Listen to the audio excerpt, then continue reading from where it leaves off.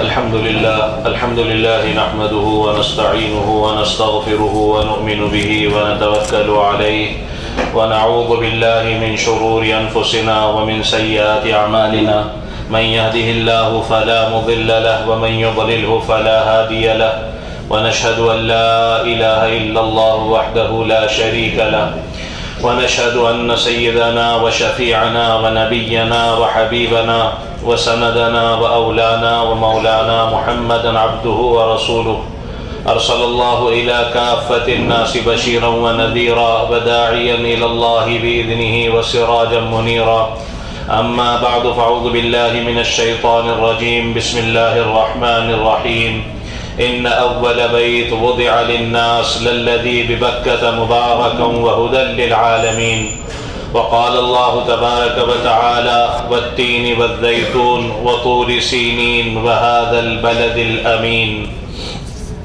وقال الله تبارك وتعالى في مقام آخر لا أقسم بهذا البلد وأنت حل بهذا البلد صدق الله مولانا العظيم. بہت ہی قابل احترام حجاج کرام ضیوف الرحمن بھائیوں بزرگوں دوستوں اور قابل قدر ماں بہنوں، سلسلہ وار وہی مضمون جو اپنی پچھلی مجلس میں عرض کر رہا تھا کہ رب کریم کا یہ فضل احسان اور انعام ہے کہ حج سے فارغ ہونے کے بعد رب کریم نے اس مبارک شہر کے قیام کا ہمیں مزید موقع عنایت فرمایا. بہت سے لوگ حج کے قریب یہاں پہنچے تھے، حج سے فارغ ہونے کے بعد وہ مدینہ الرسول مدینہ منورہ پہنچ کر اپنے وطن کی طرف واپس بھی ہو گئے، لیکن رب کریم نے ہمیں یہ موقع عنایت فرمایا کہ بلد الامین مکہ المکرمہ میں قیام کا موقع ہمیں عنایت فرمایا. میں بہت مختصر 2-3 منٹ میں اپنی پچھلی مجلس کا اعادہ کرتے ہوئے مکہ المکرمہ کے جو فضائل میں نے بیان کیے تھے اس کو عرض کر آگے کی بات عرض کروں کہ یہ وہ مبارک شہر ہے جہاں ہمیں رب کریم نے قیام کا موقع عنایت فرمایا ہے، کہ یہ وہ سرزمین ہے کہ رب کریم نے جس شہر کا جس سرزمین کا اپنے گھر کے لیے انتخاب فرمایا. اللہ رب العزت چاہتے دنیا میں بہت سی وادیاں خوبصورت تھیں، ان وادیوں میں سے کسی وادی کا انتخاب فرماتے، لیکن اس زمین کی سب سے بڑی فضیلت، اس زمین کو جو سب سے بڑا شرف حاصل ہے وہ یہ ہے کہ رب کریم نے اپنے گھر کے لیے اس مبارک سرزمین کا انتخاب فرمایا. یہ وہ مبارک شہر ہے جس کو حضرت ہاجرہ اور حضرت اسماعیل علیہ السلام نے اپنا مسکن بنایا. یہ لمبا واقعہ ہے، اس کو میں انشاءاللہ اپنی کسی مجلس میں تفصیل سے عرض کروں گا کہ سیدنا ابراہیم علیہ السلام نے اللہ تبارک و تعالیٰ کے حکم پر اپنی بیوی حضرت ہاجرہ کو، حضرت ہاجرہ کون تھیں؟ شہزادی تھیں. حضرت ابراہیم علیہ السلام کی کتنی بیویاں تھیں؟ کہاں پر حضرت ابراہیم علیہ السلام تھے؟ کن کن شہروں کی طرف حضرت ابراہیم علیہ السلام جو ابو الانبیاء ہیں انہوں نے کہاں کہاں ہجرت کی؟ کیسے اللہ کے حکم پر اپنی اس بیوی کو جو شہزادی تھی حضرت ہاجرہ کو، حضرت اسماعیل علیہ السلام کو کیسے اس سرزمین پر چھوڑا؟ اس وقت اس سرزمین کے کیا حالات تھے؟ میں انشاءاللہ اس وقت تو صرف اتنا ہی کہ یہ وہ مبارک سرزمین ہے کہ ان ماں بیٹوں نے اس مبارک سرزمین کو اپنا مسکن بنایا، حضرت ہاجرہ اور حضرت اسماعیل علیہ السلام نے.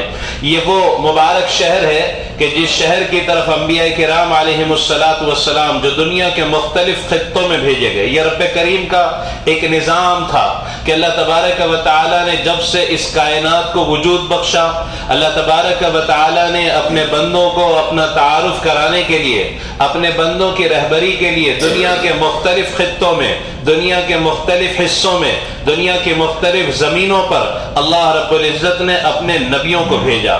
مختلف قوموں میں انبیاء کرام علیہم السلام تشریف لائے اور انبیاء کرام علیہم السلام نے قوموں میں آ کر قوموں کو اللہ کا تعارف کرایا. اس سرزمین پر ایک قوم تھی جسے قوم عاد کہتے ہیں. اللہ نے بڑی مضبوط ڈیل ڈول والی قوم بنائی تھی. ان کے قد 60 ہاتھ لمبے اور یہ اتنے طاقتور کہ پہاڑوں میں اپنے گھر تراش لیا کرتے تھے. قرآن اس قوم کا تعارف کراتا ہے الم تر کیف فعل ربک بعاد ارم ذات العماد التي لم يخلق مثلها في البلاد وثمود الذين جابوا الصخر بالواد وفرعون ذي الاوتاد. قوموں کو اور افراد کو قرآن نے بیان کیا، ان کی طاقت کو بیان کیا کہ کیسے تھے کہ ستونوں کی طرح لمبے چوڑے، اتنے طاقتور تھے کہ کہا کرتے تھے من اشد منا قوہ، ہم سے زیادہ طاقت والا دنیا میں کوئی ہے تو آئے ہمارے سامنے۔ طاقت اللہ نے دی تھی۔ اس عاد کی طرف اللہ نے ہود علیہ السلام کو بھیجا، ثمود کی طرف اللہ نے صالح علیہ السلام کو بھیجا۔ مدینہ منورہ سے آپ 300 کلومیٹر اگر آگے چلے جائیں تو آج بھی وہ بستی ہے جو مدائن صالح کہلاتی ہے، حضرت صالح علیہ السلام کی وہ بستی۔ قوم عجیب عجیب سوالات انبیاء کرام علیہم السلام سے کیا کرتی تھی۔ قوم صالح نے حضرت صالح علیہ السلام سے کہا کہ صالح اگر اس پہاڑ سے تم اونٹنی کو پیدا کر دو تو ہم تمہیں اللہ کا سچا نبی مان لیں گے۔ یہ انبیاء علیہم السلام کے معجزے ہوا کرتے تھے۔ نبی امت کے حق میں بڑے شفیق، بڑے رحم دل، بڑے مہربان ہوتے تھے۔ اللہ سے دعا کی، اللہ تعالیٰ نے پہاڑ سے اونٹنی پیدا کی، غابن اونٹنی پیدا ہوتے ہی اس نے بچہ جنا۔ لمبی تفصیلات ہے۔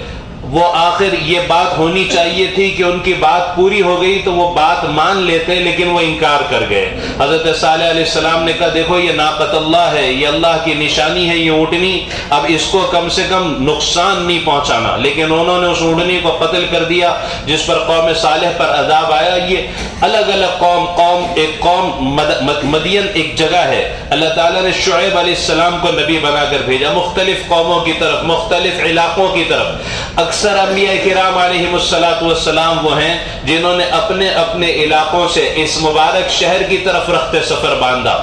یہ وہ مبارک گھر ہے اللہ کا اس سرزمین پر کہ جس کے حج کو اللہ تبارک و تعالی نے اپنے بندوں پر فرض فرمایا جو یہاں پہنچنے کی استطاعت رکھتا ہو۔ تو اس لیے انبیاء علیہم السلام اس شہر کی طرف آئے، اللہ کے نیک صالحین بندوں نے اس مبارک شہر کی طرف رخت سفر باندھا۔ اسی کو میں کہا کرتا ہوں کہ یہ وہ مبارک سرزمین ہے جس نے انبیاء کرام علیہم السلام کی قدم بوسی کی ہے، نبیوں کے قدموں کو چوما ہے، اللہ کے نیک صالحین بندوں کے قدموں کو چوما ہے۔ پھر اس مبارک شہر کو بڑی فضیلت یہ حاصل ہے کہ یہ امام الانبیاء تاجدار مدینہ محمد الرسول اللہ صلی اللہ علیہ وسلم کی جائے ولادت ہے۔ اللہ چاہتے تو اپنے محبوب کو کسی اور شہر میں بھی آپ کی پیدائش، آپ کی ولادت باسعادت ہو سکتی تھی، لیکن جس مبارک شہر کا انتخاب کیا، اللہ اکبر، کبھی مروہ کے اس طرف جا کر اپنے آپ کو 1400 سال پیچھے لے جا کر دیکھنے کی کوشش کرو کہ وہ مکے کی کتنی مبارک سہانی صبح ہوگی جب رسول مقبول علیہ السلام کی ولادت باسعادت ہو رہی ہے۔ کیسی عجیب، یعنی آپ کی ولادت باسعادت بھی اتنی شاندار، ایسی عجیب ہے، اللہ اکبر۔ حضرت عبد الرحمن ابن عوف رضی اللہ تعالیٰ عنہ کی والدہ شفا موجود ہیں۔ آپ کی جب ولادت ہوتی ہے تو شفا کہتی ہے کہ میرا تو کام ہی اس چیز کا تھا، میں داعیہ تھی، لیکن جب بھی بچے کی ولادت ہوئی ہم نے دیکھا بچہ غلاظتوں میں لت پت ہے، اسے نہلایا جاتا ہے، صاف کیا جاتا ہے، لیکن رسول کریم علیہ السلام کی ولادت باسعادت ہو رہی ہے۔ شفا کہتی ہے آپ کے جسم مبارک پر غلاظت کا کوئی اثر نہیں، صاف ستھرے ہیں، مختون پیدا ہو رہے ہیں۔ پیدا ہوتے ہی سجدہ فرمایا، شہادت کی انگلی آسمان کی طرف اٹھائی اور آگے کہتی ہیں کہ ایسا حال تھا کہ وہ نوشیروان جس کے آتش کدے کی آگ برسوں سے نہیں بجھی تھی، آپ کی ولادت پر وہ نوشیروان کے آتش کدے کی آگ بجھ گئی۔ کسرا کے 14 کنگرے گر کر ٹوٹ گئے۔ مکے میں ایک راہب کہیں کسی کام سے آیا تھا، وہ اس روز مکے کی گلیوں میں دوڑ رہا تھا اور پوچھ رہا تھا کسی کے گھر میں، کسی یہاں مکے میں کسی بچے کی ولادت ہوئی ہے؟ کہاں فلاں گھر میں ہوئی ہے۔ کہ اس کا باپ زندہ ہے؟ کہاں زندہ ہے؟ کہ نہیں ایسا بچہ بتاؤ کہ جس کی ولادت ہوئی ہو باپ کا سایہ پہلے سر سے اٹھ چکا ہو۔ لوگوں نے حضرت خواجہ عبد المطلب کا گھر دکھایا کہ یہ ہے خواجہ عبد المطلب کے یہاں پوتے کی ولادت ہوئی ہے، عبداللہ، حضرت عبداللہ پہلے ہی دنیا سے رخصت ہو چکے ہیں۔ یہ بھاگا دوڑا، گھر پوچھا، کسی نے بتایا، جا کر دستک دی، کوئی بچے کی رات ولادت ہوئی ہے؟ کہاں ہوئی ہے؟ کہ بچے کو میں دیکھنا چاہتا ہوں۔ اپنے ہاتھ میں لیا، دیکھا، آگے پیچھے نظر دوڑائی اور بچے کو واپس کیا، اور مکے کی اس گلیوں میں وہ یہ کہتا ہوا دوڑ رہا تھا وَيْلٌ لِبَنِي إِسْرَائِيلَ قَدْ خَرَجَتِ النُّبُوَّةُ مِن بَنِي إِسْرَائِيل، اور بنو اسرائیل تمہارے لیے بڑی بری خبر ہے کہ نبوت تمہارے ہاتھوں سے گئی، بنو اسماعیل میں نبوت آ گئی اور اس امت کے آخری نبی کی بعثت ہو گئی، اس امت کے آخری نبی کی ولادت ہو گئی۔ تو بہرحال یہ وہ مبارک شہر ہے، میں پھر انشاءاللہ سیرت مبارکہ کو تو تفصیل سے عرض کروں گا، میں صرف یہ بتلانا چاہ رہا ہوں کہ ہم کس مبارک شہر میں موجود ہیں، کہ یہ وہ مبارک شہر ہے جسے اس بات کا شرف حاصل ہے کہ رسول مقبول علیہ السلام کی یہ جائے پیدائش اور ولادت کی جگہ ہے۔ مروا سے آپ باہر نکلیں، ایک مکتبہ نظر آئے گا، ایک لائبریری نظر آئے گی، یہی وہ جگہ ہے جہاں رسول مقبول صلی اللہ علیہ وسلم کی ولادت باسعادت ہوئی، جسے ہم انشاءاللہ پیدل زیارت میں دیکھیں گے۔ مکہ مکرمہ وہ شہر کہ جس کے متعلق فرمایا وَمَن دَخَلَهُ كَانَ آمِنًا، جو اس شہر میں داخل ہو گیا ہر قسم کے خوف سے امن میں آ گیا، جسے قرآن امن والا شہر کہتا ہے۔ وہ مکہ مکرمہ جو اللہ اور اس کے رسول محبوب علیہ السلام کو سارے شہروں میں سب سے زیادہ پسند ہے، وہ مکہ مکرمہ جسے مسلمانوں کا قبلہ قرار دیا گیا، مسلمانوں کی دلی محبت کا جسے مرکز بنایا گیا۔ مسلمان اس مبارک گھر سے، اس مبارک شہر سے ایک ایموشنلی محبت، ایک دلی محبت اس مبارک شہر سے رکھتا ہے۔ اس گھر کے حج کو فرض قرار دیا۔ یہ وہ مبارک شہر، یہ وہ مبارک گھر ہے کہ روز اول ہی سے رب کریم نے اسے حرم قرار دیا، اسے حرمتوں والا بنایا۔ حرم کا مطلب میں اپنی پچھلی مجلسوں میں عرض کر چکا ہوں۔ یہ وہ مبارک شہر ہے مکہ المکرمہ جسے قرآن کریم نے کئی ناموں سے پکارا ہے۔ قرآن اسے مکہ بھی کہتا ہے، قرآن اسے بکہ بھی کہتا ہے، قرآن اسے البلد بھی کہتا ہے، قرآن اسے ام القریٰ بھی کہتا ہے، قرآن اسے البلدہ بھی کہتا ہے، قرآن اسے بلد الامین بھی کہتا ہے، قرآن اسے مسجد الحرام بھی کہتا ہے، قرآن اسے معاد بھی کہتا ہے۔ ایک زمین ہو، ایک جگہ ہو، اتنے ناموں سے اس کو پکارا جائے، یہ بات اس کی فضیلت پر دلالت کرتی ہے کہ کتنا مبارک شہر ہوگا، کتنی مبارک یہ سرزمین ہوگی کہ ہے ایک ہی سرزمین لیکن اتنے سارے ناموں سے قرآن کریم اسے پکارتا ہے۔ یہ وہ مبارک شہر ہے جس کی مسجد حرام کی ایک نماز کا ثواب 1,00,000 نمازوں کے برابر ہے، جس کا حساب کر میں نے آپ کو بتایا تھا کہ مسجد حرام میں عبادت کہتے سارے حرم کے لیے یہ ثواب ہے کہ کوئی ایک نماز یہاں ادا کر لے تو 55 سال 6 مہینے 20 دن گویا اس نے نماز ادا کی ہو، اور 5 وقت کی نماز کوئی ادا کر لے تو اسے 272 سال 9 مہینے 10 دن کی نمازوں کا ثواب حاصل ہو۔ اندازہ لگائیں کہ یہاں نیکیوں کی ویلیو کتنی بڑی ہوئی ہے، کتنا زیادہ یہاں پر ایک عمل کرنے والا، ایک نیکی کرنے والا 1,00,000 نیکی کا ثواب حاصل کر لیتا ہے۔ یہ وہ مبارک شہر ہے کہ جس شہر کی قسم قرآن نے کھائی۔ قرآن کو قسم کی ضرورت نہیں، رب کریم کو قسم کھانے کی ضرورت نہیں، لیکن اس شہر کی فضیلت بتلانے کے لیے قرآن کہتا ہے لا اقسم بهذا البلد وانت حل بهذا البلد والتین والزیتون وطور سینین وهذا البلد الامین۔ اس شہر کی قسم قرآن کریم نے سورہ بلد میں اور سورہ والتین میں 2 جگہ قرآن کریم نے اس شہر کی قسم کھائی ہے۔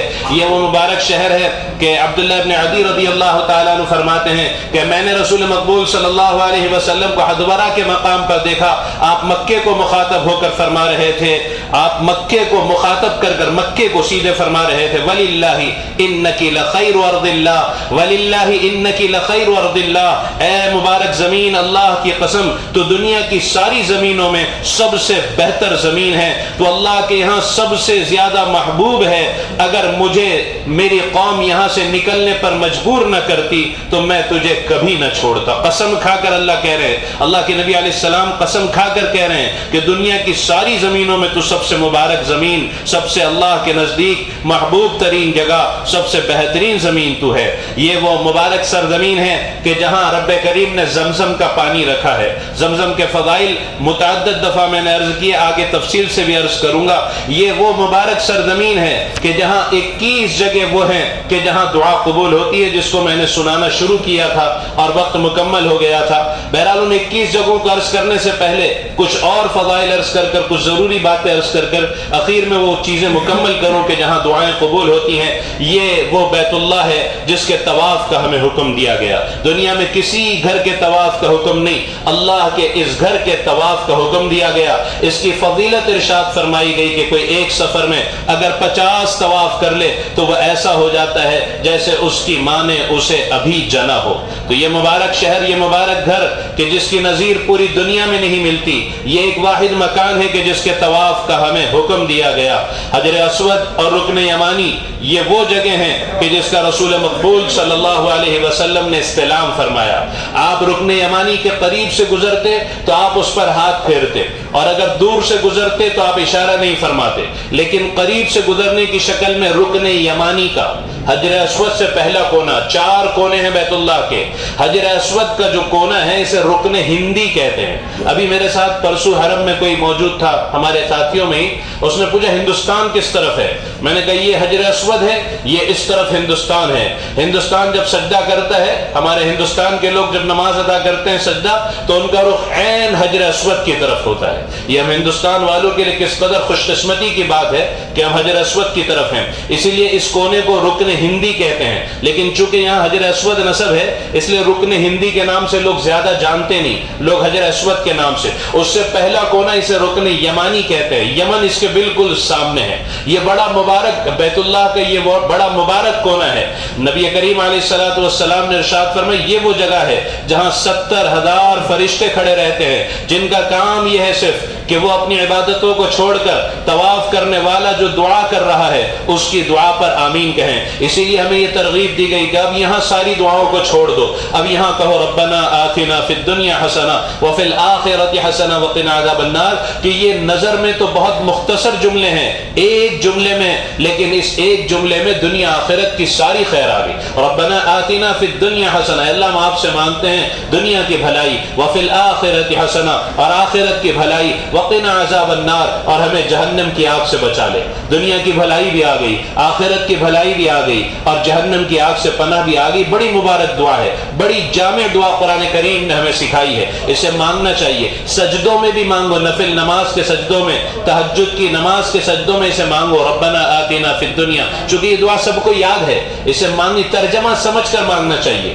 صرف رٹے رٹائے الفاظ نہیں۔ ہمارے یہاں مشہور ہی ہے بھائی دعا کو پڑھ لو، بھائی دعا پڑھی نہیں جاتی، دعا مانگی جاتی ہے، تو دعا کو جب مانگنے کے انداز میں مانگیں گے تو یہ رکن یمانی وہ کونا ہے کہ جہاں فرشتے طواف کرنے والوں کی دعا پر آمین کہتے ہیں، یمن کے بالکل سامنے ہے۔ پھر ایک کونا رکن شامی کہلاتا ہے، وہ شام کے بالکل سامنے ہے، اور ایک کونا رکن عراقی کہلاتا ہے جو عراق کے بالکل سامنے ہے۔ بیت اللہ کے 4 کونے ان 4 الگ الگ کنٹریز کے نام سے موسوم ہیں جس کے سامنے وہ ممالک پڑتے ہیں۔ تو یہ وہ مبارک گھر ہے کہ جس کے رکن یمانی آپ قریب سے گزرے، رشنی آپ نے طواف کے دوران اس پر ہاتھ پھیرا، یا دونوں ہاتھ پھیرے یا صرف سیدھا ہاتھ پھیرا، دور سے اشارہ نہیں فرمایا دور سے گزرنے کی صورت میں۔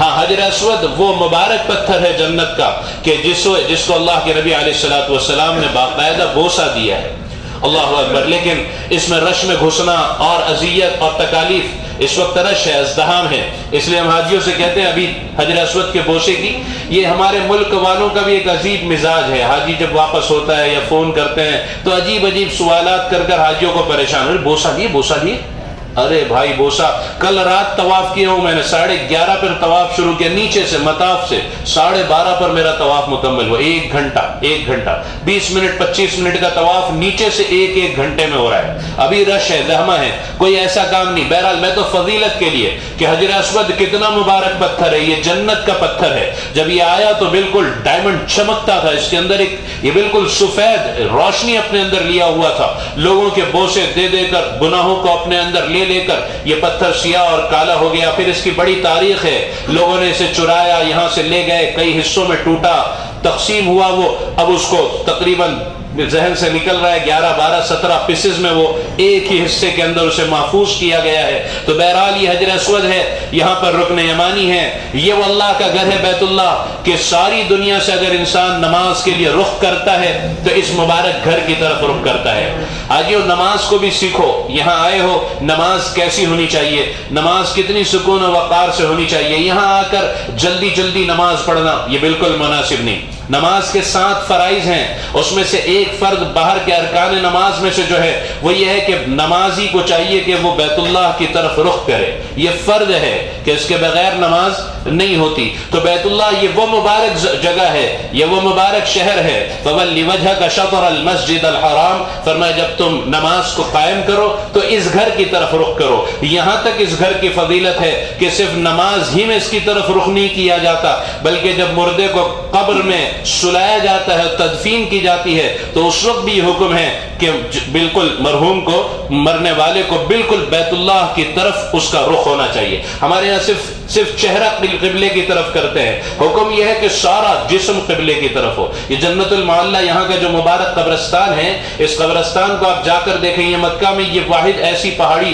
جس کا بالکل رخ بیت اللہ کی طرف تھا، اسی لیے اس پر قبرستان بنایا گیا کہ قبرستان میں جب دفنایا جائے گا تو سیدھے اس کا رخ بیت اللہ کی طرف ہوتا ہے۔ تو یہ بیت اللہ کی عظمت ہے کہ نماز میں رخ اس کی طرف کیا جاتا ہے، مرنے کے بعد اسی کی طرف رخ کر کر مردے کو سلایا جاتا ہے۔ وہ بیت اللہ کہ جس کی طرف تھوکنے سے، قبلے کی طرف رخ کر کر تھوکنے سے منع کیا گیا، یہ قبلے کی طرف پیر کر کر سونے سے منع کیا گیا۔ اب اس میں بعض لوگوں کی ہم یہاں دیکھیں گے کہ وہ پیر قبلے کی طرف، ان کا اپنا ایک مزاج، وہ اپنے دلائل ہیں۔ بہرحال بیت اللہ کی عظمت ہونی چاہیے۔ تو یہ وہ مبارک گھر ہے کہ جس کی طرف رخ کر کر انسان نماز بھی پڑھتا ہے، جس کی طرف رخ کر کر یعنی جس کی طرف رخ کر کر مردے کو لٹایا بھی جاتا ہے۔ بلکہ یہاں تک کہ ہمارے یہاں مکہ مکرمہ کے ہوٹلوں میں اکثر انگلش ٹوائلٹس ہیں، تو بعضی ٹوائلٹس انہوں نے ایسی بنا دی ہے کہ اس کا رخ قبلے کی طرف۔ اس میں خیال کرنا چاہیے قضاء حاجت کے وقت ہمارا رخ بالکل بیت اللہ کی طرف نہیں ہونا چاہیے، نہ رخ ہو نہ پشت ہو بیت اللہ کی طرف جس وقت آدمی قضاء حاجت سے ٹوائلٹ میں فارغ ہوتا ہے۔ یہ وہ مبارک شہر ہے کہ بعض علماء نے یہاں تک لکھ دیا قرآن کریم کی ایک آیت مبارکہ کی تفسیر میں کہ یہاں برے ارادے پر بھی پکڑ ہے۔ اللہ رب العزت اس قدر مہربان ہے کہ کوئی نیکی کا صرف ارادہ کر لے، اللہ رب العزت فرماتے فرشتوں سے نیکی لکھ لو۔ ایک نیکی اس نے کر لی، جب وہ نیکی کر لیتا ہے تو فرشتے سوال کرتے ہیں اللہ نیکی تو ہم نے پہلے سے لکھ لی۔ اللہ فرماتے من جاء بالحسنۃ فلہ عشر امثالھا، اس کے لیے 10 نیکیاں لکھو کہ اس نے 10 نیکی کر لی۔ اگر کوئی برائی کا ارادہ کرے تو فرشتے کہتے ہیں مولا لکھ لیں، ایک گناہ کیا کیونکہ نیکی کا ارادہ کیا تھا، آپ نے کہا تو لکھ لو، کر لیا۔ فرمایا نہیں ابھی تو اس نے گناہ کا ارادہ کیا ہے، گناہ کیا نہیں، گناہ لکھنا مت۔ پھر اگر وہ گناہ کے اس ارادے سے باز آ جائے کہ نہیں میں نے جو نیت کی تھی گناہ کرنے کی اب نہیں کروں گا، تو اللہ فرماتے اس کے لیے نیکی لکھو، اجر لکھو کہ اس نے گناہ کے ارادے کو ملتوی کر دیا۔ پھر اگر خدا نہ خواستہ اگر گناہ کر لے، فرشتے کہتے ہیں اللہ 10 گناہ لکھیں، نیکی کرنے پر 10 نیکی لکھی تھی۔ فرمایا نہیں ایک گناہ کیا ہے، ابھی رک جاؤ، شاید یہ توبہ کر لے تو لکھنے کی ضرورت ہی نہ پیش آئے۔ چند گھنٹے گزرنے کے بعد جب وہ توبہ نہیں کرتا، فرماتے ایک گناہ کو 1 لکھ لو۔ نیکی 1 کیا 10، گناہ 1 کیا انتظار کے بعد 1 لکھی گئی۔ لیکن یہ وہ مبارک شہر ہے کہ بعض علماء مفسرین فرماتے یہاں گناہ کے ارادے پر بھی پکڑ ہے۔ یہ وہ مبارک شہر ہے کہ جو دلوں کا مقناطیس ہے، وَجْعَلْ أَفْئِدَةً مِّنَ النَّاسِ تہوی الیہم وارزقہم من الثمرات۔ ابراہیم علیہ السلام کی دعاؤں میں اللہ اسے دلوں کا میگنیٹ بنا دے، جو جتنا یہاں آئے اتنا زیادہ آنے کا اسے یہاں دل چاہے۔ کون سا مبارک مکہ مکرمہ کہ جہاں مشرکین کا داخلہ ممنوع ہے، کافر یہاں داخل نہیں ہو سکتا۔ کون سا مکہ المکرمہ، وہ مکہ المکرمہ جہاں دجال داخل نہیں ہو سکے گا۔ دجال قرب قیامت سے پہلے ساری دنیا کا دورہ کرے گا، لیکن 2 مبارک شہر ایسے ہیں جس میں اسے انٹری نہیں ملے گی، ایک مکہ المکرمہ اور دوسرا میرے محبوب کا شہر مدینہ المنورہ جہاں وہ داخل نہیں ہو سکے گا۔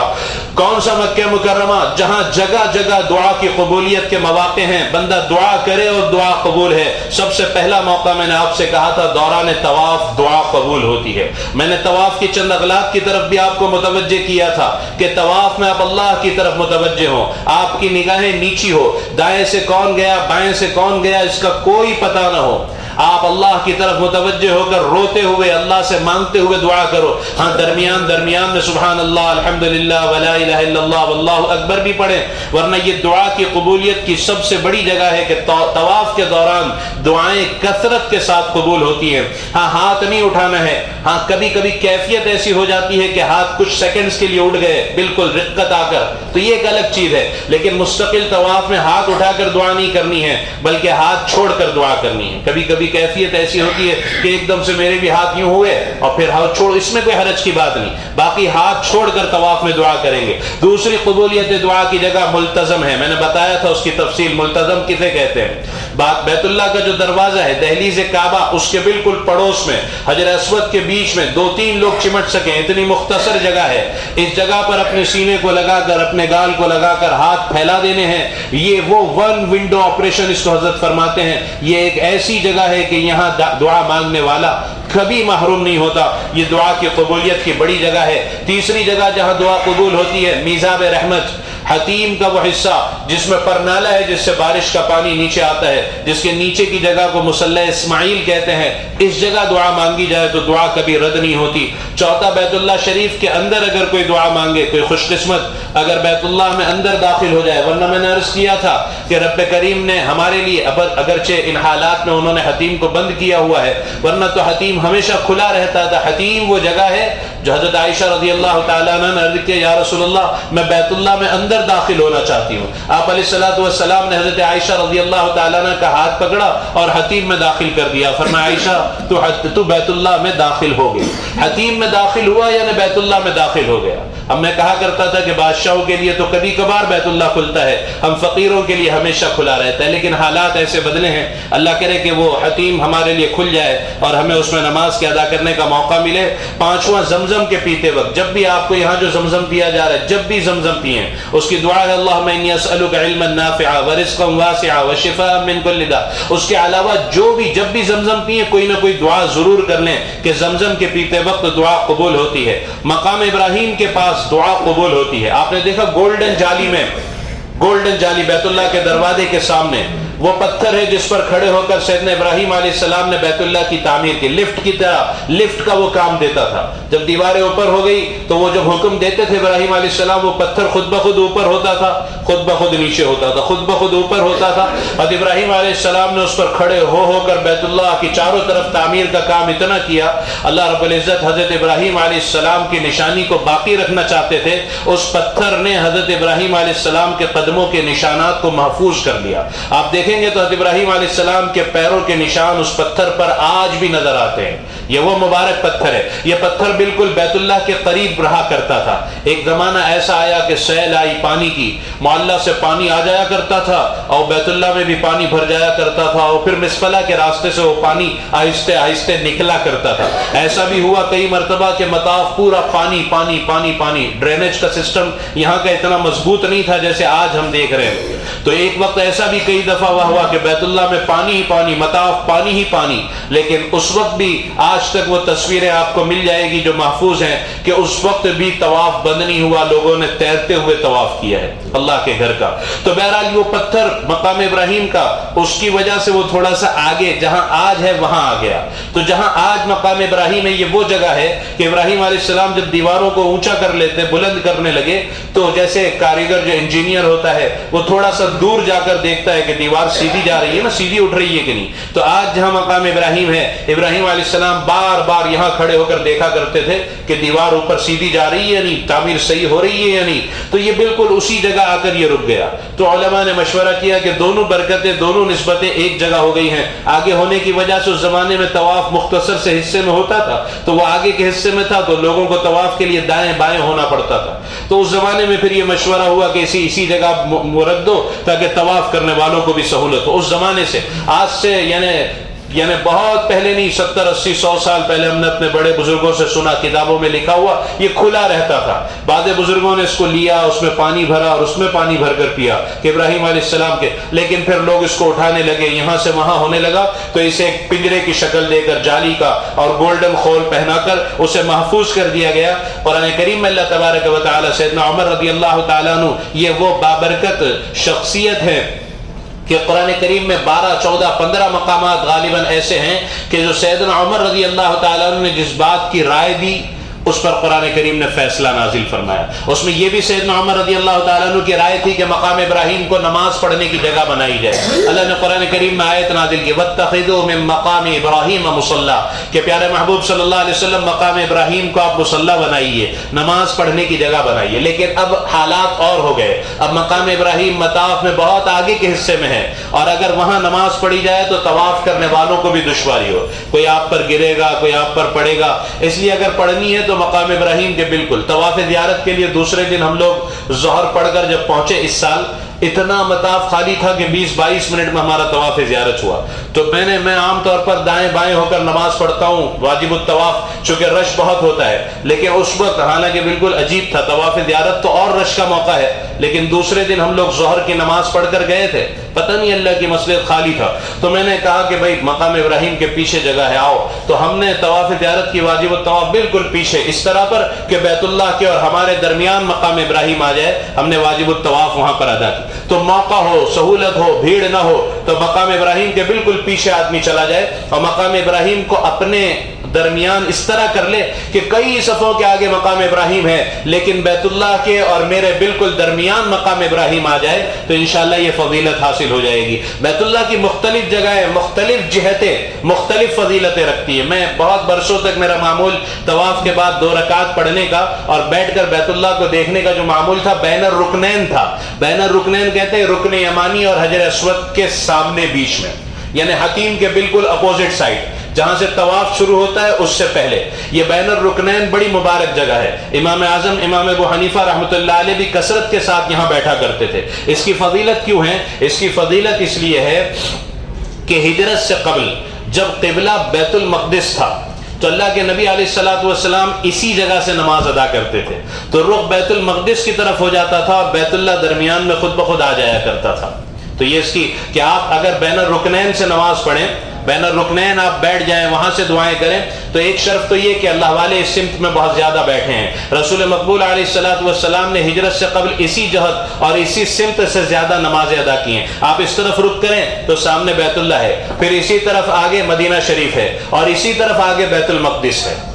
تو یہ جہت, یہ سمت, اور بعض حتیم کے پیچھے بیٹھتے ہیں کہ بالکل پرنالے کے سامنے, میزاب رحمت کے سامنے, وہ بھی قبولیت کی جگہ ہے. یہ دونوں سمت بہت زیادہ. ہاں یہ ہے کہ اس سمت بین الرکنین بہت رش ہونے لگا ہے, تو اب میں خود بھی حتیم کے پیچھے کے حصے کو زیادہ اب وہاں رہنے لگا ہوں. اس کی ایک وجہ یہ بھی ہے کہ حتیم کے پیچھے کا جو حصہ ہے وہ باب عبداللہ کا حصہ ہے, اور اس طرف ہوٹلز نہیں ہیں. تو سب سے زیادہ آپ کو مطاف میں جو سہولت ملے گی, جہاں رش کم ملے گا, وہ حتیم کے بیک سائڈ ملے گا. باقی حصوں میں رش زیادہ ہوگا کیونکہ اس طرف سے باب عبدالعزیز سے بھی لوگ گھس رہے ہیں, باب فہد سے بھی داخل ہو رہے ہیں. لیکن یہ حتیم کے پیچھے کا حصہ ہے, پورا پیچھے تک نیو ایکسٹینشن ہے, نیا حرم ہے, دور دور تک اس طرف ہوٹلز نہیں ہیں. تو اس طرف سے حرم میں داخل ہونے والے بہت منیمم ہیں, اس طرف اور اس طرف سے آنے والے بہت میکس ہیں, اور یہاں سے صفا ہے. تو یہ حتیم کے پیچھے کا حصہ عام طور پر رش یہاں پر بہت کم ہوتا ہے.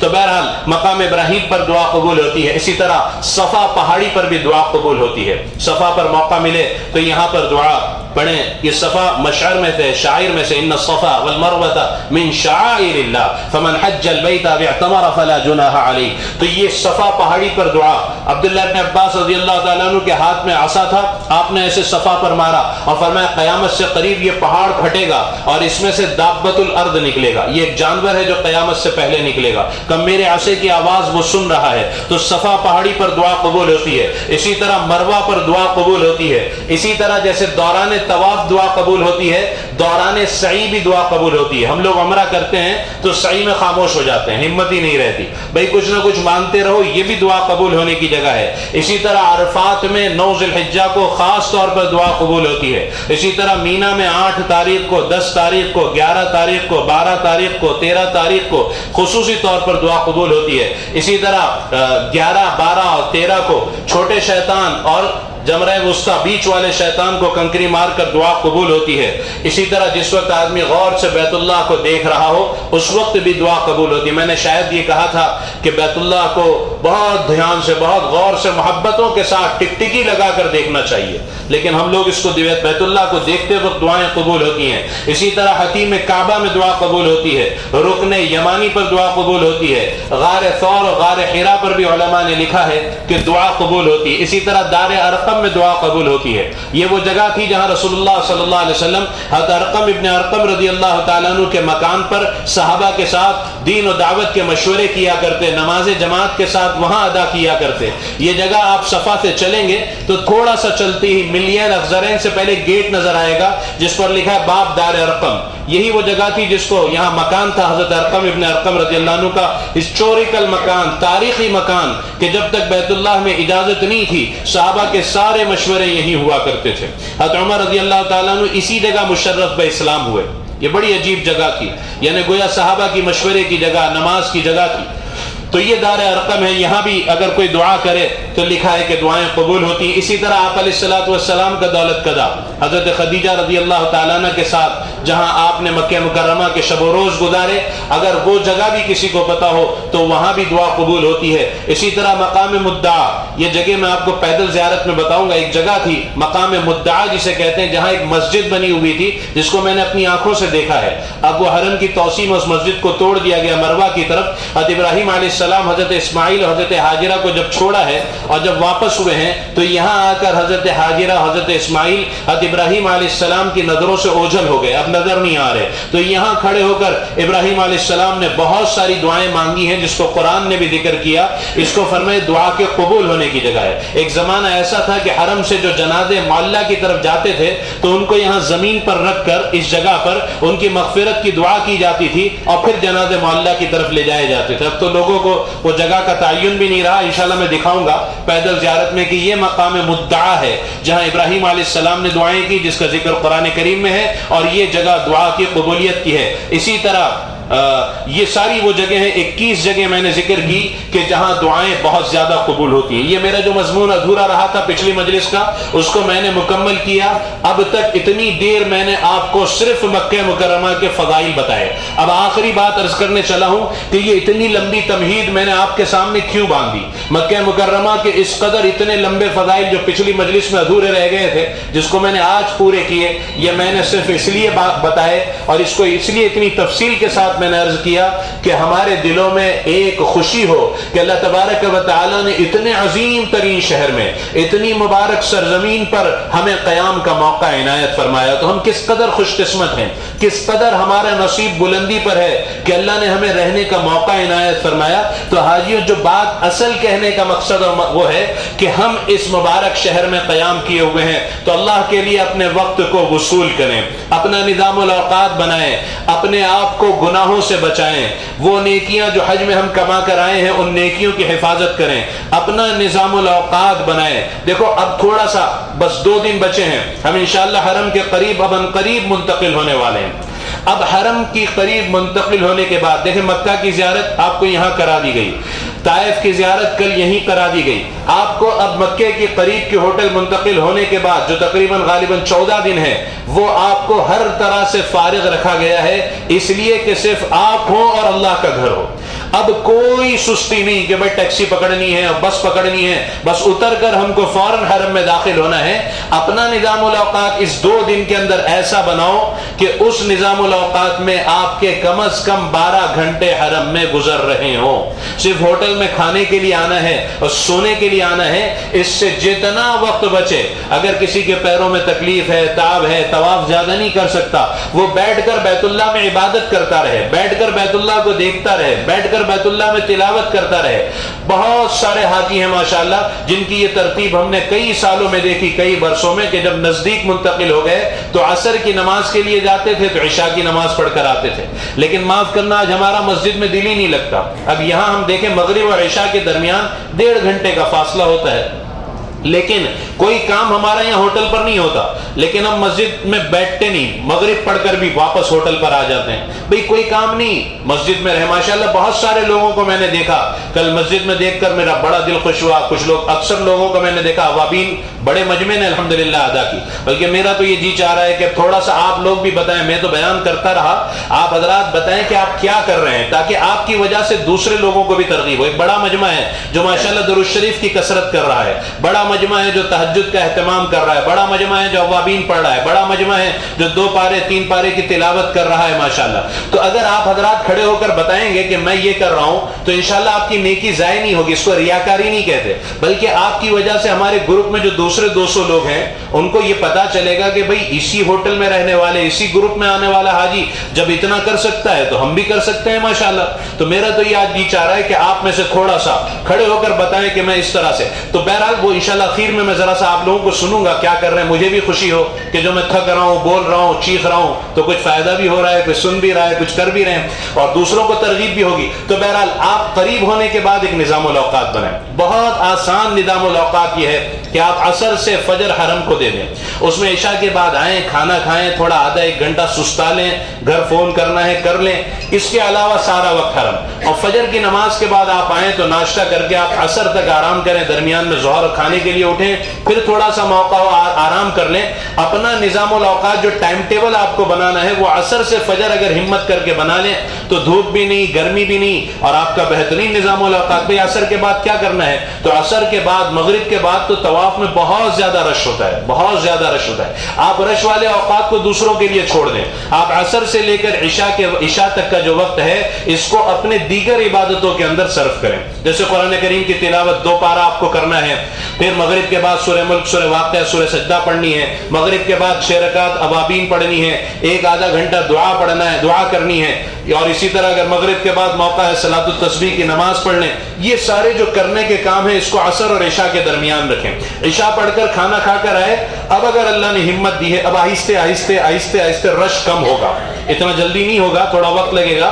اس مرتبہ تو ماشاءاللہ کل میں ٹیکسی سے جا رہا تھا حرم تو ڈرائیور سعودی تھا. میں نے اس کو پوچھا بھائی اس سال حج میں کچھ زیادہ ہی رش نظر آیا، کیا بات تھی؟ تو کہنے لگا کہ سارا مکہ حج میں موجود تھا. تو میں نے کہا تشریح، چونکہ مکہ والا بھی ہر آدمی چاہے تو حج نہیں کر سکتا، اسے پرمیشن لینی ہوتی ہے. تو اس نے مجھ سے کہا 3 سال سے مکے والے پرمیشن ہی نہیں تھی، 2 سال بند رہا، پچھلے سال بھی کوٹا نہیں تھا اس لیے اتنی زیادہ چیکنگ تھی کہ پچھلے سال بھی مکے والے، اس لیے اس سال مکہ کا بہت بڑا مجمع توکلت علی اللہ حج میں شامل ہو گیا تھا. تو بہت بڑا مجمع وہ ہے جو ان کی انٹری میں بھی نہیں، اس سال وہ حج میں شامل تھا. تو اس کی وجہ سے بھی زحمہ، رش، اور اس وقت ماشاءاللہ بہت زیادہ آہستہ آہستہ رش کم ہوگا. تو جیسے جیسے رش کم ہو ہماری طواف کی تعداد بڑھنی چاہیے، عبادت کا ذوق و شوق بڑھنا چاہیے. میں ایک بات سے فرض کروں کہ اللہ معاف فرمائے، اتنا سب ہونے کے بعد کہ عرفات میں ہمارا دل دھو دیا گیا، ہمارے گناہ معاف کر دیے گئے، لیکن اگر اب بھی عبادت میں دل نہیں لگ رہا ہے، نماز میں مزہ نہیں آ رہا ہے، سجدے میں لمبی دیر تک پڑے رہنے کا دل نہیں ہو رہا ہے، دعا کے لیے ہاتھ اٹھائے تو بہت دیر تک اللہ سے مانگنے کا جی نہیں چاہ رہا ہے، تو ہمیں توبہ اور استغفار کرنا چاہیے. اللہ سے مانگنا چاہیے اللہ کیوں عبادت میں اب دل نہیں لگ رہا ہے؟ ہم آئے تھے عبادت کرنے، یہاں آ کر کیوں تہجد نہیں، یہاں آ کر کیوں اوابین نہیں، یہاں آ کر کیوں تلاوت نہیں، یہاں آ کر دعا و ذکر کیوں نہیں؟ باتوں کے لیے پوری زندگی پڑی ہے.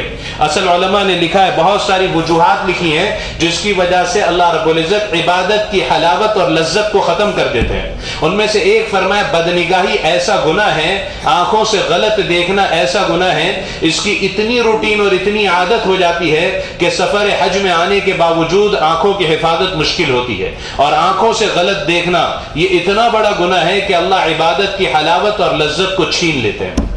اور اگر بندہ صرف اللہ رب العزت کے ڈر اور خوف سے اپنی نگاہ کو جھکا لے، علماء فرماتے اس کے بعد جو عمل وہ کرے گا اللہ رب العزت اس عمل میں اسے حلاوت اور لذت نصیب فرمائیں گے. اس لیے اگر ہم چاہتے ہیں ذرا سے دیکھیں کہ کہیں ایسا تو نہیں کہ عبادت میں دل نہیں لگتا، نماز کی نیت باندھ دوں دل چاہتا ہے سلام پھیر دوں، قرآن کی تلاوت 2-4 صفحے پڑھوں دل چاہتا ہے بند کر دوں. اگر یہ سمٹمز ہمارے اندر ہیں تو توبہ اور استغفار کرنی چاہیے اور ان اعضاء پر غور کرنا چاہیے جس کی وجہ سے عبادت کی حلاوت اور لذت چھین لی جاتی ہے. اپنی آنکھوں کی حفاظت کرنا. دوسرا علماء نے لکھا ہے کہ عبادت کی حلاوت اور لذت اس کو نہیں ملتی جس کے پیٹ میں حرام جاتا ہے. اگر خدا نخواستہ ہر حاجی کو چاہیے کہ وہ اپنی انکم کے سورسز پر غور کرے کہ میری آمدنی، میرا بزنس کہیں ایسا تو نہیں کہ اس میں حرام ہے. یہ حرام معمولی چیز نہیں ہے. جب یہ پیٹ میں جاتا ہے نا تو پھر سجدوں میں حلاوت نہیں آتی، پھر تلاوت میں مزہ نہیں آتا، پھر مسجد میں دل نہیں لگتا، پھر اعمال کرنے اچھا نہیں لگتا. تو اگر خدا نخواستہ اگر آنکھوں کا گناہ ہے، یہ حرام پیٹ میں جا رہا ہے، تو اللہ رب العزت سے معافی مانگ کر اے اللہ میں اس کو اب چھوڑنے کا فیصلہ کر رہا ہوں. عام طور پر ہم لوگ جائز ناجائز کا، حلال اور حرام کی بالکل پرواہ نہیں کرتے. ہمارے بڑے اس کے معاملے میں اتنے چوکنا تھے کہ جس انکم آف سورسز، جو ہمارے انکم ہے، آمدنی کے ذرائع ہیں، اس میں کہیں حرام تو نہیں ہے. آج تو اللہ معاف فرمائے کہ کوشش یہ ہے کہ سود کو بھی حلال کر لیا جائے، اور اس کو بھی اور اس کو بھی، ایسا ہے اور ویسا ہے، ایسا ہے، پتہ نہیں کن کن راستوں سے حرام ہمارے پیٹ میں جا رہا ہے. میں چونکہ آپ مفتیان کرام گروپ میں ہیں، ان سے مسئلہ پوچھیں، کتنی چیزیں ہمارے یہاں رائج ہے جس کو جو صریح حرام ہے اس کو حرام نہیں سمجھا جاتا. جیسے ہیوی ڈپازٹ پر مکان دینا، ہیوی ڈپازٹ پر دکان مکان لینا دینا. اسی طرح بولی والی بی سی ہے، ہمارے یہاں مارکیٹ میں بولی والی بی سی ہے، وہ آپ لوگ جانتے نہیں جانتے. ایسے کتنی ساری چیزیں ایسی ہیں کہ جس کو صراحت کے ساتھ فقہاء نے منع لکھا، حرام لکھا ہے. لیکن ہمارے بزرگ، ہمارے اکابر کتنی احتیاط کرتے تھے. اپنے زمانے کے بڑے امام، بڑے اللہ والے ہیں، بیٹے کو حکومت نے چیف جسٹس بنایا. اللہ والے کے بیٹا سجیسٹ ہوا چیف جسٹس کے لیے. قاضی القضات کہا جاتا ہے اسے. چیف جسٹس یہ اتنا بڑا عہدہ ہے، آپ ایسے سمجھیں سپریم کورٹ کا سب سے بڑا جج. یعنی اگر وہ بادشاہ کو طلب کر لے تو بادشاہ کو حاضر ہونا پڑے. حضرت بیٹے سے بڑے خفا رہتے، ناراض رہتے کہ بھئی تم کیوں چیف جسٹس. حکومت نے، حضرت الگ رہتے تھے، بیٹا الگ رہتا تھا. حضرت نے اپنی اہلیہ سے، جب بیٹا چیف جسٹس بنا قاضی القضات، تو اپنی اہلیہ سے کہا دیکھو بیٹے کے گھر سے کوئی کھانا آئے نا تو میرے دستر پر نہیں آنا چاہیے. حضرت کی اہلیہ نے کہا حضرت آپ کے بیٹے کو حکومت اس جاب کی سیلری دیتی ہے تو سیلری حرام ہے. فرمایا سیلری تو حرام نہیں ہے، لیکن یہ بہت نازک عہدہ ہے. لوگ اپنی فیور میں فیصلے کے لیے ہدیے کی شکل میں رشوت دیں گے. یہ کہیں رشوت قبول کر لیا تو رشوت تو شریعت میں حرام ہے. مجھے اب اس کی آمدنی مشکوک معلوم ہوتی ہے، ڈاؤٹ فل معلوم ہوتی ہے. اس کے گھر سے کوئی کھانے کی چیز آئے ہمارے دستر پر نہیں آنی چاہیے. حضرت ایک دن بیٹھے ہوئے تھے، بڑا عجیب واقعہ ہے حاجیوں. دستر پر گرم گرم پراٹھے تھے. حضرت نے دیکھتے ہی پوچھا یہ اپنے گھر کے نہیں معلوم ہوتے؟ ہمارا تو یہ حال ہے کہ ہم کسی چیز کی تحقیق نہیں چاہتے، بس جو آیا بس کھاؤ، جیسے آئے، کون سی انکم ہے، کیا آمدنی ہے، کس کی کیا، کوئی اس کی طرف نہیں. حالانکہ حج میں اس کو بہت اہمیت دی گئی کہ حلال مال کے ساتھ آدمی حج کرے، اور حرام آمدنی سے حج کا تو مسئلہ اپنی جگہ پر ہے، وہ مفتیان کرام سے پوچھیں. لیکن یہ تو فقہاء علماء نے لکھا ہے کہ حرام جب پیٹ میں جاتا ہے تو عبادت کی حلاوت اور لذت ختم کر دی جاتی ہے. دعاؤں میں بالکل دل نہیں لگتا، اعمال میں دل نہیں. تو فرمایا یہ پراٹھے اپنے گھر کے نہیں معلوم ہوتے. فرمایا حضرت بیٹے کے گھر سے آئے. کہ تجھے کتنی مرتبہ کہا کہ بیٹے کے گھر سے کوئی چیز آئے تو ہمارے دستر پر نہیں آنی چاہیے. تو حضرت کی اہلیہ نے کہا حضرت بس آپ کو تقوی کا ہیضہ ہو گیا ہے، یہ حرام کیسے ہے؟ کہ میں نے کہا کہ حرام ہے، میں تو کہتا ہوں کہ مشکوک ہے، ڈاؤٹ فل ہو گئی اب اس کی. فرمایا اللہ کی. تو اس نے کہنے لگی حضرت کی اہلیہ کہ حضرت مشکوک چیز اتنی بڑی ہوتی ہے کہ آپ اس کو کھاتے نہیں. کہ اللہ کی بندی ڈاؤٹ فل مشکوک چیز کوئی معمولی ہوتی ہے؟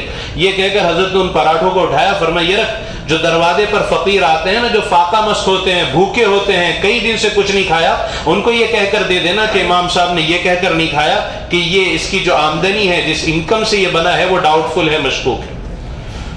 اب حضرت تو یہ کہہ کر بھول گئے. اب اس زمانے کے فقیروں کا آپ حال دیکھیں کہ دروازے پر جب کوئی فقیر ندا صدا لگاتا تو وہ حضرت کے گھر والے یہ کہہ کر باندھی کے ہاتھ سے دروازے پر کہ حضرت نے یہ کہہ کر نہیں کھایا کہ اس کی انکم ڈاؤٹ فل ہے، مشکوک ہے.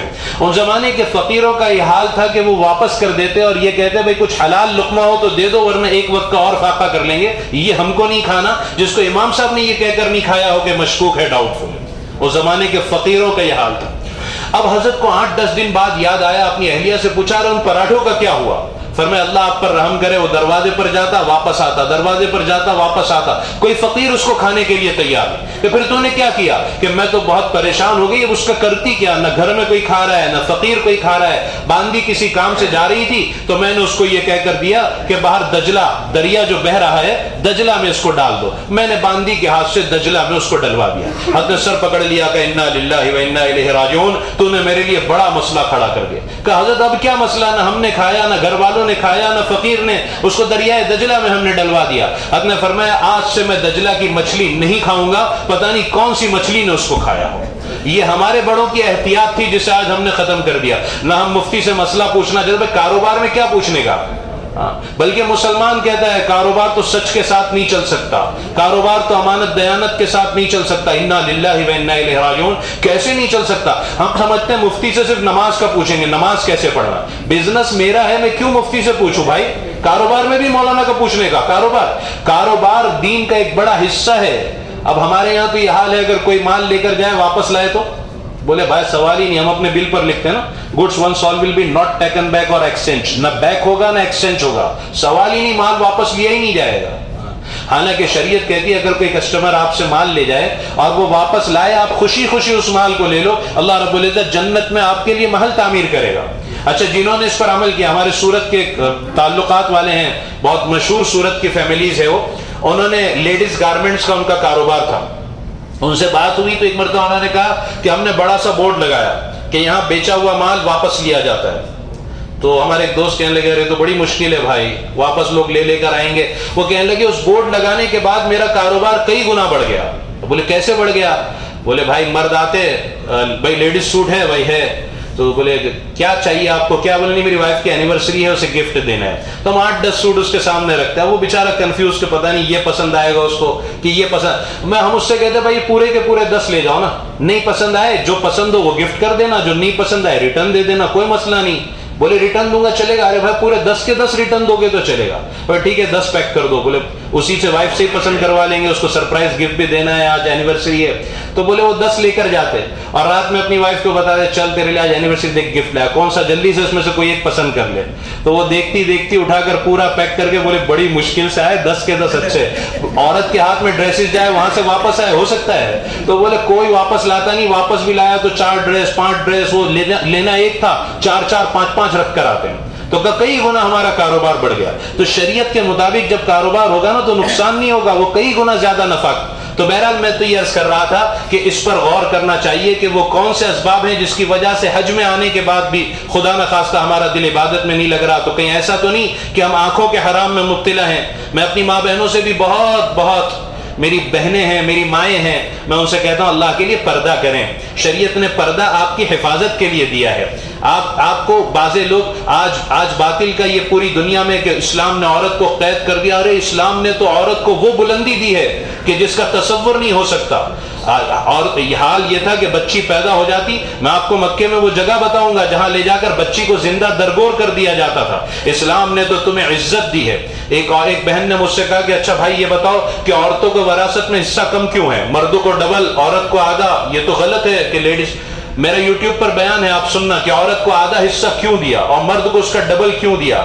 آپ اگر دیکھنے جائیں تو میری بہنوں آپ کو وراثت میں ڈبل ملتا ہے, سنگل نہیں ملتا. مرد کو تو باپ کی وراثت میں حصے دار ہو رہا ہے, آپ تو باپ کی وراثت میں بھی حصے دار ہو, شوہر کی وراثت میں بھی حصے دار ہو. مرد کو ڈبل دیا, اس کے ذمہ اتنے سارے خرچ لگائے, آپ کو سنگل دیا, آپ کے ذمہ کوئی خرچ نہیں لگایا. اور میں نے بہت ڈیٹیل سے میرا یوٹیوب پر بیان ہے کہ عورتوں کو وراثت میں آدھا کیوں. یہ پروپیگنڈا آج ہے کہ شریعت نے تو عورتوں کو وہ بلندی دی. آپ دیکھیں کوئی ڈائمنڈ ہوتا ہے تو اس کو راستے پر لا کر نہیں رکھا جاتا, اسے لاکر میں رکھتے ہیں کہ یہ ڈائمنڈ ہے. آپ کی عزت, آپ کی عصمت اسلام نے اتنی بلند کی ہے کہ آپ کو پردے کا حکم دیا. شریعت نہیں چاہتی کہ آپ کے چہرے پر اس وقت اتنا گندا ماحول ہے. میں آپ کو کیا بتاؤں, ہم ساؤتھ ممبئی میں رہتے ہیں, لوگ نوجوان دوست ہمارے پاس آتے ہیں اور وہ اپنے گناہوں کو چھوڑنے کے لیے جب اپنی باتیں شیئر کرتے ہیں تو اس وقت کیا حال ہے, کہاں ہم جا رہے ہیں. میرے بھائیوں, دنیا بے حیائی کی طرف اس قدر تیزی کے ساتھ بڑھ رہی ہے کہ مجھے کہتے ہوئے حیا اور شرم آتی ہے کہ ایک بیٹی اپنے سگے باپ سے محفوظ نہیں رہ سکتی, ایک سگی بہن اپنے سگے بھائی سے محفوظ نہیں رہتی. ایسے زمانے میں اگر آپ بے پردہ بے حیا ہو کر اگر نکلیں, میں جانتا ہوں آپ کو کہ آپ کے دل بالکل پاک ہیں, صاف ہیں, لیکن آپ حج کے لیے آئی ہیں. اگر تھوڑی سی ہمت کر کر مرد اگر تھوڑی سی ہمت کر کر فیصلہ کر لیں کہ اب ہمارے چہرے سنت سے آراستہ ہوں گے, ہم مدینہ منورہ جا رہے ہیں, اب حج کے بعد اپنے چہرے سے سنت رسول کو نکالنا مکہ مکرمہ میں رہ کر اور اپنی داڑھی کو ختم کرنا, یہ میرے بھائیوں میں بہت محبت کے ساتھ مردوں سے کہتا ہوں کہ ہمت کر لیں. حج میں نے کیا ہے, اب میں داڑھی کو سنت کے مطابق, شریعت کے مطابق کم از کم 1 مشت داڑھی ہو, اس کی نیت آپ کریں. میری بہنیں یہ نیت کریں حج سے کوئی تبدیلی آئے, کوئی چینج آئے, میری بہنیں نیت کریں کہ ہم انشاءاللہ پردے کا اہتمام کریں گی. اللہ کے نبی علیہ الصلوۃ والسلام نے اپنی امت کو ترغیب دی, قرآن حکم کر رہا ہے کہ تو میری ماں بہنوں یہ چند چیزیں ہیں. تو یہ وہ گناہ ہے بد نظری، آنکھوں کا غلط استعمال کہ جس کی وجہ سے عبادت کی حلاوت اور لذت، حرام پیٹ میں جب جاتا ہے تو حلاوت اور لذت عبادت کی ختم ہو جاتی ہے. اگر خدا نہ خواستہ ان گناہوں میں سے کوئی گناہ کی ہم عادی ہیں تو توبہ کریں تاکہ عبادت کی حلاوت اور لذت ہمیں نصیب ہو. اللہ تبارک و تعالی یہاں کے وقت کو وصول کرنے کی ہمیں بہت زیادہ توفیق عطا فرمائے. اپنا ٹائم ٹیبل ابھی سے تیار کریں، 2-3 دن میں ایک دم مستعد ہو جائیں حرم کے قریب منتقل ہونے کے بعد بھی. اور یہ جو 2-3 دن ہے اس میں بھی کوئی لمحہ کوئی منٹ ضائع نہ کریں، اپنے وقت کو خوب استعمال میں لائیں. کرنے کا وقت ہے، کام کا وقت ہے، ہماری نیکیوں کا بھاؤ بڑا ہوا ہے. خدا نہ اپنے وقت کو ضائع و برباد نہ کریں، جتنا ہو سکے وقت کو آکیپائی کریں، وصول کرنے کی کوشش کریں. جو جتنا کرے گا اسے اتنا ملے گا. اللہ ہمیں عمل کی توفیق عطا فرمائے. ایک اعلان طائف سے متعلق کر پھر ذرا سا 2-4 منٹ آپ کی کارگزاری سن کر پھر دعا کریں گے انشاءاللہ کہ کل ہمارا سفر ہے طائف کا. لیکن یاد رکھیں کہ یہ طائف آفاق میں ہے، یعنی میقات کے اس پار ہے. تو میقات کے اس پار ہونے کی وجہ سے جو طائف جائے گا اس کے لیے فقہا کے نزدیک عمرہ مسٹ ہے، لازم اور ضروری ہے. بغیر احرام کے وہ مکہ المکرمہ میں نہیں داخل ہو سکتا. خاص کر کے جو حنفی حضرات ہیں، امام ابو حنیفہ رحمۃ اللہ علیہ کے فالوورز، ان کے یہاں اس میں کوئی گنجائش نہیں. دیگر مکتب فکر میں ہو تو مجھے نہیں پتا. حنفی حضرات کے یہاں بالکل لازم ہے عمرہ کرنا. تو جو حضرات طائف چلنا چاہتے ہیں وہ اپنا ذہن یہ بنائیں کہ ہمارے اندر عمرے کی ہمت ہے یا نہیں، ہم عمرہ کر سکتے ہیں یا نہیں. اگر کوئی ضعیف ہے، کوئی کمزور ہے، یا میری اگر کوئی بہن ایام میں ہے، ناپاکی میں ہے، تو اگر وہ چلنا چاہتی ہے اور اسے عمرہ بھی کرنا ہے تو وہ احرام تو باندھے گی، لیکن یہاں آنے کے بعد پاکی حاصل ہونے تک وہ احرام کی پابندیوں میں رہے گی اور پاک ہونے کے بعد وہ عمرہ کر سکے گی. تو ان ساری نزاکتوں کا خیال رکھتے ہوئے وہی لوگ ساتھ چلنے کا فیصلہ کریں کہ جن میں ان ساری چیزوں کو کہ یہ بس ہمیں سیدھے حرم پر اتارے گی، طائف یہاں ہوٹل سے لے گی اور ریٹرن میں ہم کو حرم پر وہ ڈراپ کر واپس ہو جائے گی. اب ہم کو عمرہ بھی کرنا ہے، وہاں سے ٹیکسی پکڑ کر اس عمارت پر بھی آنا ہے. راستہ ہم اب سمجھ سکیں گے، ہمارے اندر چلنے کی طاقت ہے، طواف کر سکیں گے، عمرہ کر سکیں گے، سعی کر سکیں گے. تو ان ساری چیزوں کا خیال کرتے ہوئے جو حضرات چلنا چاہیں وہ نور عالم بھائی سلمان کو اپنا نام لکھا دیں. ہے یہ کمپلیمنٹری ٹور والوں کی طرف سے، اس کی کوئی رقم نہیں ہے، لیکن جو لوگ چلنا چاہیں وہ اپنا نام آج عشاء تک لکھا دیں تو اسی اعتبار سے بس ارینج کی جائے گی. اور وہی لوگ چلیں جو اس کے لیے ہمت رکھتے. جو نہ ہمت رکھیں وہ تھوڑا سا صبر کریں، برداشت کریں کہ انشاءاللہ پھر اللہ موقع دے گا. یہ تو ہو نہیں سکتا کہ میں جا کر عمرے کے بغیر، اگر کوئی بغیر احرام کے آ جائے تو حنفی حضرات کے یہاں دم بھی اس پر واجب اور عمرہ بھی واجب. یعنی اگر وہ پھر اس کی قضا میں مسجد عائشہ سے یا جیرانہ سے عمرہ کرتا ہے تو دم معاف نہیں ہوگا. دم اگر معاف کرانا ہے اسے پھر میقات پر جانا پڑے گا اور وہاں سے عمرے کا احرام باندھ کر آئے گا تو دم ثابت ہوگا. ورنہ عمرہ تو ادا ہو گیا مسجد عائشہ جیرانہ سے اگر وہ کر لیتا ہے، لیکن دم معاف نہیں ہوگا. تو اس لیے وہی لوگ چلیں طائف کہ جو عمرہ کرنے کی یہ میقات ہے، واپسی میں ہم کو سیل الکبیر میقات ملے گی، اس میقات سے ہم عمرے کا احرام باندھ کر جائیں. جو لوگ ساتھ چلیں وہ احرام لینا نہ بھولیں، بیلٹ لینا نہ بھولیں، 2 پٹی کے چپل لینا نہ بھولیں کہ وہ ہم کو احرام کی وہ سارے سیٹ تیار رکھیں کہ واپسی میں ہم کو جو ہے نا وہ عمرہ کرنا ہے. ٹھیک ہے، اگر چاہیں تو باندھ سکتے ہیں، لیکن آسانی اس میں ہے کہ سیل الکبیر پہ بس رکے گی اور بہت سارے باتھ رومس ہیں اور کشادہ باتھ رومس ہیں. غسل وہاں نہیں کرنا ہے، غسل یہیں کر لینا ہے، ورنہ پتہ چلا بس کھڑی ہے انتظار ہو رہا ہے. وہاں ہم لوگ وضو کریں گے، احرام کی چادریں ریٹرن میں باندھیں گے سیل الکبیر سے اور وہاں سے آئیں گے. اگرچہ مسئلے میں کوئی گنجائش ہے کہ آپ یہاں سے، لیکن کیوں احرام پہن کر آپ ہم لوگ انشاءاللہ اللہ کرے اترنے ملے. طائف اس وقت پولیس وغیرہ کے اعتبار سے بہت ٹائٹ چل رہا ہے، بہت جگہوں پر اترنے بھی نہیں دیتے. کوشش ہے کہ کم سے کم ایک جگہ جو وہاں کی جامع مسجد ہے، جامع عبداللہ ابن عباس، وہاں اللہ کر کے اترنے کا موقع ملے تو 2 رکعت نماز بھی پڑھ لیں گے. اور پیچھے کے حصے میں حضرت عبداللہ ابن عباس رضی اللہ عنہ حضرت رسول کریم علیہ السلام کے چچازاد بھائی ہیں، وہ آرام فرما رہے ہیں. انہیں امام المفسرین کہا جاتا ہے، قرآن کریم کی تفسیر کرنے والوں کے امام. بڑا مقام اللہ نے ان کو دیا، تو وہاں حاضر ہوں گے. باقی 2 زیارتیں 3 زیارتیں اور ہیں لیکن وہاں اترنے اس وقت نہیں دے رہے. ایک مسجد عباس ہے اور وہ باغ ہے جہاں رسول کریم صلی اللہ علیہ وسلم نے آرام فرمایا، اور ایک مسجد ہے جہاں آپ علیہ السلام نے استراحت ایک پتھر سے ٹیک لگا کر آرام فرمایا تھا. سامنے کے روڈ پر ایک مسجد علی ہے، اس کی کوئی تاریخ نہیں ہے، لوگ اس کو سیدنا علی رضی اللہ عنہ کی طرف منسوب کرتے ہیں جو بالکل غلط ہے. بعد میں ایک شخص آیا تھا علی، اس نے وہ مسجد بنائی ہے. تو یہ 3 ہی مسجد عبداللہ ابن عباس اور ایک ہی روڈ پر 2 زیارتیں ہیں، مسجد عباس وہ باغ اور وہ استراحت کی جگہ. سامنے جو مسجد علی ہے اس کی کوئی تاریخ نہیں ہے. تو یہ بس اصل تو طائف کا سفر عمرے ہی کے شوق میں کیا جاتا ہے کہ میقات کا عمرہ ملتا ہے، جس کو عام طور پر لوگ بڑا عمرہ کہتے ہیں، تو یہ میقات والا عمرہ ہے، اسی کی فکر میں وہاں جایا جاتا ہے۔ اللہ تعالیٰ عمل کی توفیق عطا